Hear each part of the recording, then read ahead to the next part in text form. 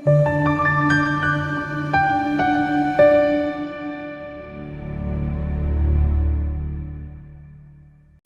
yokukhuluma nawe kwi-channel kaMophasane, i-channel emfuleki okubalulekile kufanele ukusubscribe nokulike uqinisekise ukuthi uba imember ye-channel. Ikhona kakhona uma ungayisebenzisa la uma ufuna ukunikela, kanti ikhona futhi i-link ongayisebenzisa uma ufuna ukuba imember.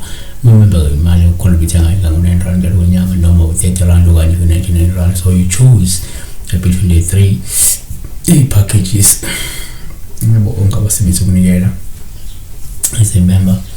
You can also visit the channel Pastor khona la ku YouTube, sizofaka khona ama videos esiwenza on TV. Namhlanje sibheka la user ushona khona la ku comment section on YouTube uthi ngibingelele Pastor, ngicela ukubuta kusho ukuthini ukuphupha isangoma singigogoda ngelitshe esiphongweni ngaphuma igazi ngamakhala. So kushuthi la singasho ukuthi lo muntu lo kukhona ubuthakathi abenzayo, kukhona izigadlo ezimba isebenzisayo ezizoholela ekutheni lo muntu lo agcine lahlekelwa empilweni. Ngagcine lahlekelwa lo muntu ngenxa yalezi zigadlo, into ebalekile kuye. Kwabanye kuyenzeka uthola ukuthi uzolahlekelwa into eyigugu nebalekile noma uzokwenzeka miscarriage because lo muntu uyaqoqoda until izophuma igazi, uyabona bleed. So means you're gonna be in a situation where you lose something of value. Kodwa kasibheke nje itshe umuntu mekushanga ilitshe ke ifocus yami namhlanje itshe ukuthi uma ngenzeka la uphuphe umuntu uphawu lubuma ekushaya ngamatshe, ngoba lusho ukuthi lo muntu uma ukuthi uyamazi uthukuthele futhi ugcwele inzondo namaqhubu, uzama ukukhaphela ngemithi.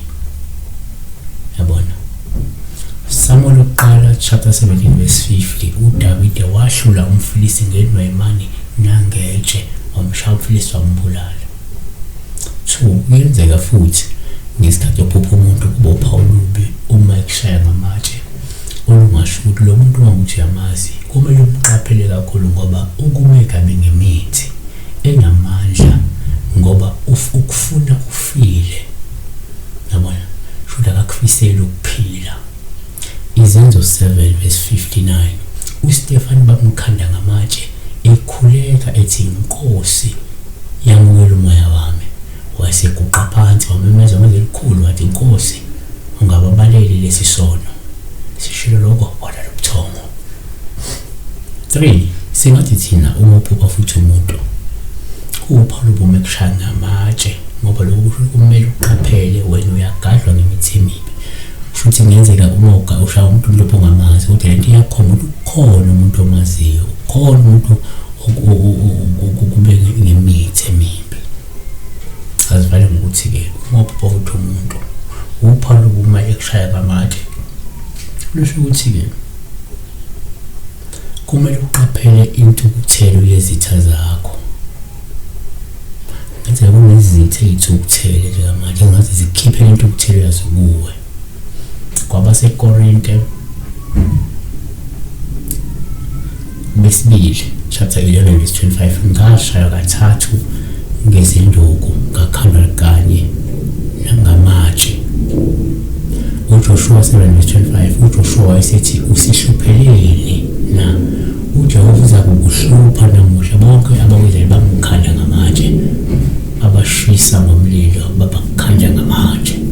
So kuba umuntu mekushaya ngamatshe, yabona siyabonga kakhulu-ke besibheka la umuntu mekushaya ngamatshe. Sike sakhuluma kakhulu ngamatshe, but we add ukuthi umekushaya ngamatshe nake singakusho siyabonga kakhulu ngithemba ngezwakala kakhulu. Kodwa uma ezokushaya umuntu uzophuma igazi futhi kuyabeka ingozi yokulahlekelwa yokuphunyukwa izinto ezithile ngenxa yobuthakathi. Siyabonga kakhulu, be blessed.